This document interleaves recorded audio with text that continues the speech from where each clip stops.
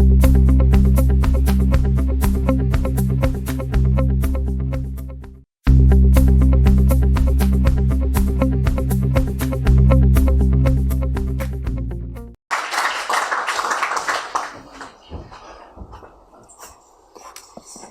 you, everybody, and thank you, Professor, for doing what professors do. Talk a lot of sense into students when they are sitting. I want to welcome everybody, and again, my name is Omoyele Sowore, and I'm the publisher of SaharaReporters.com, and I lived in the US for 17 years. And for the sake of disclosure, the United States of America has one of the most corrupt streets in the world. It's called Wall Street. So when you're talking about corruption, Nigeria is not the most corrupt country in the world. Actually, I would think it's the United States, and of course you guys in England, where all of our money has been pouring since the days of slavery up until now. But I just want to quickly also respond to the fact that we are happy that Nigeria is no longer one of the 10 most corrupt countries in the world by perception. I think that process of actually determining corrupt country is also rigged against third world countries. Considering the fact that monies that are stolen from our part of the world are passed through Western banks, particularly in the UK, US, and Switzerland. So when you're talking about corruption, we should actually be accusing Switzerland as one of the most corrupt countries in the world, because monies that are stolen from poor people from the Congo, Nigeria, everywhere in the world passes through these secret bank accounts. And it's unfair to continue to say that we are the most corrupt. But we have a duty to challenge our leaders and challenge the primitive accumulation of wealth that's been the situation in Nigeria. And again, I just want to say that the reason why Nigeria was not part of the 10 most corrupt countries this time around was because the former regime has stolen so much that there's nothing left to steal again. And as a result, there's no way Nigeria could have become one of the most corrupt countries in the last 2 years. Let me tell you, and I'm speaking extempore today because I believe in the paperwork reduction law, so I don't do a lot of paperwork, that something happened in 2015 before President Muhammadu Buhari took over power. He had to rush to the UK. Your website. Okay, yes. He had to rush to the UK for one of those secret medical treatments before he took over power. And who was sitting somewhere close to him? It was the woman who used to be the most powerful minister in Nigeria, Mrs. Desiani Alison Madueke. And by way of corruption and the way it works, it turns out that she knew that Buhari would be traveling and wanted to be on the same flight with Buhari, and got one of Buhari's people, or somebody in the presidency had leaked to her that Buhari was traveling. And she had not handed over power, but wanted to make sure that there was a discussion or conversation that happened between the president and herself, maybe to buy some immunity for herself, because it had become clear that they had stolen too much, that the money they stole and kept in rooms and used in buying properties was flowing out of the windows. As they will say in our culture in Nigeria, they killed and buried, but the dead body, the legs of the dead body is sticking out of the grave. So this woman traveled with Buhari, but something happened that's very instructive about corruption. They said when Buhari got on the plane, he had just one handbag and placed in the overhead compartment. But our madam had about 12 bags. And when it was time for Buhari to put his handbag, there was no space for it because she had occupied all the overhead compartments in the business class where she was sitting. Eventually she left, came here in the UK, complained that she had cancer, and never went back to even hand over power. It turned out last week that she had bought furniture worth $100 million from monies that were stolen within 5 years, and shipped them not to Nigeria, but to different houses and apartments that they were purchasing for her here in London. And this is the reason why I say you guys are probably more corrupt than anybody in the world. But this is our own issue. Let me explain to you. We started what Professor was describing to you here today some 10 years ago. How did we start? There's a guy named James Ibori, who was the governor of Delta State, that we had been monitoring when we started our website, SaharaReporters.com. And we monitored and found out I had a $2.8 million apartment or house in London here. But he was living in a gated community. And we couldn't figure out how to get to the house. And Kayode Ogundamisi was sitting there, was in London at that time. I called him up and said, Kayode, how do we find out what is in this house that Ibori had? And he said, well, I don't know what to do, but we'll try. So he took a camera, went there, and he had to make some moves. Some of them will not reveal here today to you, and got into the house and met Ibori's mother-in-law in the house. And I think he pretended to be a mechanic and went to the garage, pulled up the garage door, and there was a Bentley sitting down there that has never been driven before. So we were the first to blow the whistle on Ibori, and we followed through until he eventually came and spent some time here in jail, some 13 years. I don't know how you do your jail calendar over here. In 6 years, he was back in Nigeria. But it wasn't Ibori's people that got me angry about how he was received back in Nigeria. It was the head of the State Security Services, DGSS, who said publicly, after meeting with Ibori, that our son had returned back home. And that's the DGSS appointed by President Muhammadu Buhari, who gracefully brought Ibori back home. In fact, if you saw the picture of Ibori when he arrived home, there were policemen, Nigerian policemen, jubilating upon his arrival to his house in a place called Ogara in Delta State. So I'm saying all these things not to poo-poo what Professor is saying, but to say that there are internal contradictions within the Buhari's regime's fight against corruption that makes you sometimes want to puke, that makes you feel that there's a lot of unseriousness or incompetence in the government. And of course, as you know, I guess after Buhari came to power in 2015 and saw how much had been looted, he himself became sick and had been in this country, in the UK now, for almost 90 days, with his jet parked somewhere in Stansted Airport, accruing about £4,000 every day in parking fees. He has not disclosed to us his ailment, and we know that that is costing Nigerians a lot of money. But it is not the discussion about Buhari's head that I'm here to do today. Hopefully before we leave the UK, we'll be able to take him back with us so that he can resume back to work.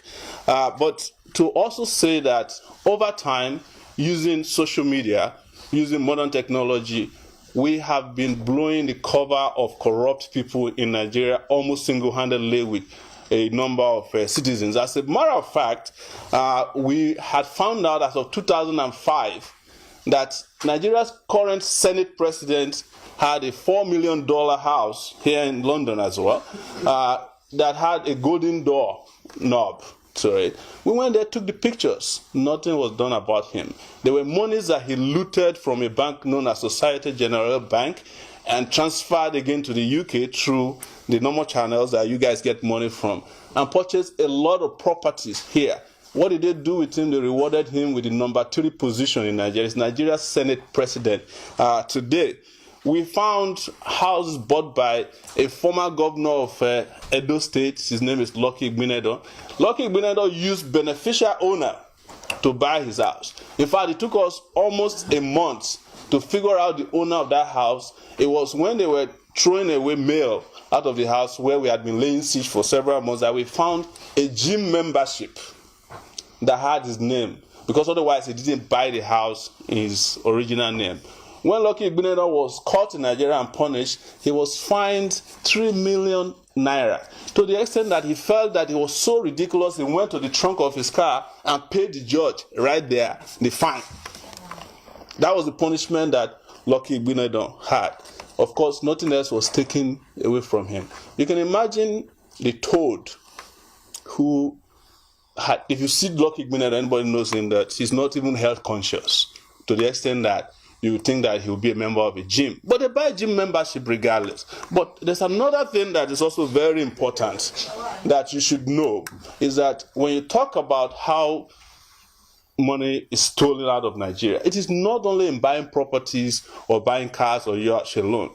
There's a lot of investment in the education of their children in this country. You can hardly go to a top UK university, or even nursery and primary school or high schools, that you do not find the children of Nigerian elites, thieves, investing a huge amount of money that they have stolen from children, public education and hospitals in Nigeria on their children. In fact, there's no Nigerian official, including President Buhari, who believes in Nigeria's education system.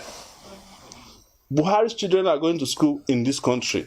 The Senate president just came and openly celebrated, the graduation of his son in Nigeria. He governed a state called Kwara for 8 years. They don't have a public university to which they can send their own children. The same thing applies to the emirs, the obas, and everybody. They have no belief in Nigeria.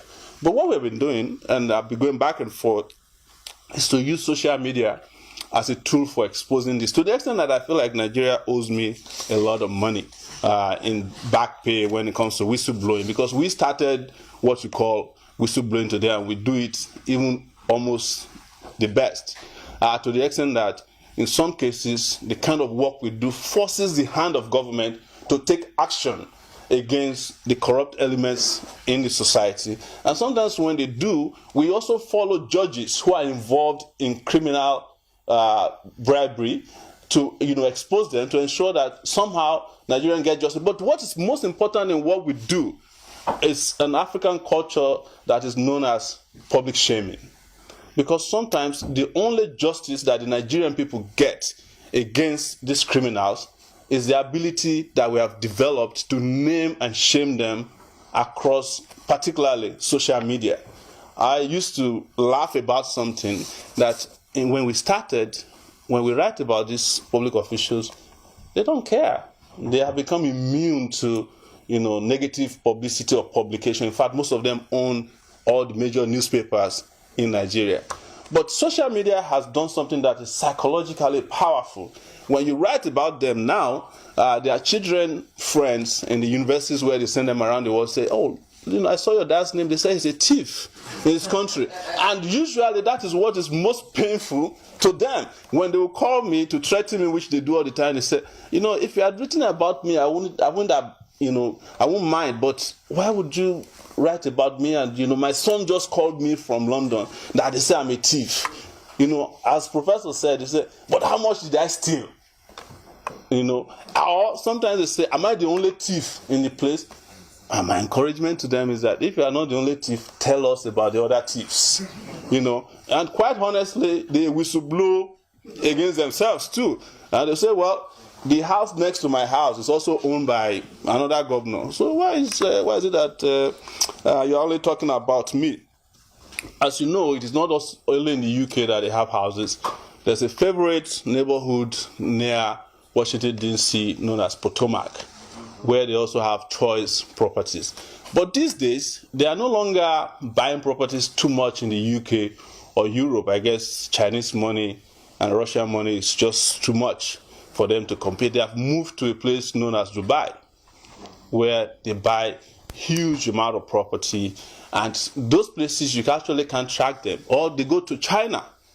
And I said to myself, if you give me a Chinese bank account, I cannot translate it. That's if there's one at all. So we have to develop other means of even translating sometimes bank accounts, finding and ensuring that all of this is exposed thoroughly.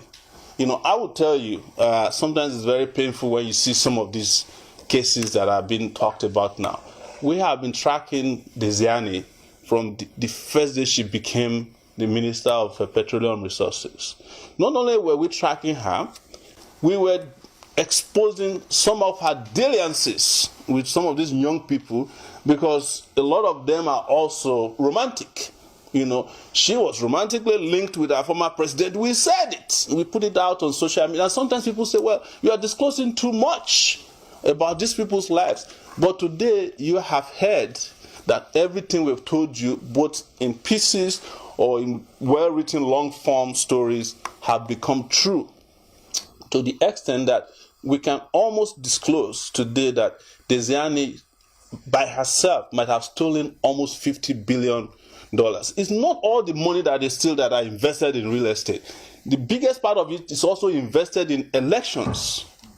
Because the biggest business in Nigeria, the biggest industry, is public office. So anybody who wants to become successful in Nigeria will go after public office.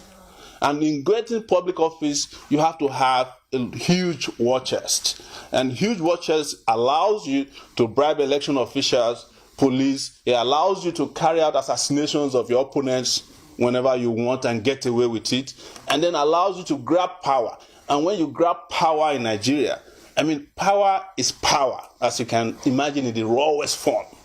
You own not only the streets, you own the church, because the pastors are praying and praising God in your name. In fact, you can design your own God, such that that particular God, the Christian God or the Muslim God in Nigeria, does not even see your corruption, even though he's an over-powerful, all-encompassing God that punishes at the slightest provocation. The God in Nigeria does not punish the rich, because they are designer gods designed by their pastors or imams. So this is why Nigeria is such a very, very powerful place for corrupt people. Power is concentrated too much in the hands of a few individuals. And the same thing goes for wealth. To the extent that when you talk about the Economic and Financial Crimes Commission, for example, the EFCC in Nigeria, which is trying its best, the body has been emasculated, crushed by these powerful people, to the extent that the chairman of the EFCC is more afraid of lawmakers who are criminals. We did a small thing recently about Nigerian governors who were formerly governors, who are now in the Nigerian Senate, who had corruption cases. If the EFCC were to walk into the Nigerian Senate and pick out all the corrupt people, there will be nobody left in our Senate. That's the truth. All of them, because the Senate had become the retirement home for corrupt former governors. If you just walk into the place and arrest everybody who has committed a crime, there will be nobody left at the Senate except the security guard at the place. It's the home of some of the most corrupt criminals in the world. And in doing the kind of work we do, we have to appeal to not only people in government and shaming them, but there's also a very laborious education process for young people in the country. The concept of wealth for young people in Nigeria is so difficult that even after we're done with all the criminals and jail them, you have to do a whole reorientation and re-education of young people. Young people have come to believe in instantaneous wealth. And they don't believe anymore in hard work, because there's nobody in the last 20 years in Nigeria that have come into real wealth who has worked for it. And I'm saying it openly here, and you can just show me one. You can mention, the richest woman in Nigeria, who was a hairdresser, who got an oil block dashed to her. Is that hard work? Or the one who says is the biggest billionaire in Nigeria, who live off of not paying custom, not paying taxes, granted land wherever he wanted, sold to public institutions that belong to the rest of us for peanuts. Those are not people who have worked hard for wealth. But those are the people that the young people believe in. For you to do a great movie in Nigeria, you have to get a house in Ikoyi that is owned by somebody who didn't work for the house. And when somebody sees the movie, it's like, wow, this is a great house. But nobody asks, who's the owner of the house? Interestingly, the owners of the house are given credit at the end of the movie. If you pay attention, And sometimes that's where we get some of our own investigation from, credits of movies. I don't watch Nigerian movies, but I watch the credit. Just like I used to read a newspaper made in the UK known as Ovation magazine. I hated it, but it was the first place where we found all the houses that were bought, with corrupt proceeds in the UK, because the governors used to love to come here, call Dele Momodu to come to their house. They'll do parties, and we'll see the address there. And the next day, we'll buy from the land registry in the UK those property information. Most of the property information you have now, I purchased them personally from the land registry in the UK, which is very easy to do, but it made me broke for a while. Because I just kept, sometimes, we just kept buying and buying property information, and we look at it. And it's very difficult because they were using, as you know, beneficial owners to purchase so many of these properties. But, when it comes to Nigerians, even if they buy a house in another person's name, we are so loud that somehow we will let you know that the house belongs to us. Because we are going to come to your neighborhood and have a big party and have everybody wear their big boo-boo and drive nice cars, and somehow you know that the house belongs to a Nigerian man. And we get information from our brothers and sisters across the world in telling us how this has been. What is interesting, and you must know, I don't want to spend too much of your time, is that if Nigeria were to be run the right way, if the Commonwealth was not looted with the kind of impunity and wickedness that's been happening in the last 50 years, Nigeria could have been one of the best countries in the world. There's enough money in Nigeria. It hurts me badly when I hear people in the US or Europeans talking about, we give you aid, every year. What they call aid is peanuts. I don't think that the UK had given Nigeria up to $1.5 billion in the last 5 years in aid. I don't think so. But it's such a big deal. But you have a woman who is currently in the UK, Desiani, who had stolen just that amount from 4 oil exporting companies. Just 4.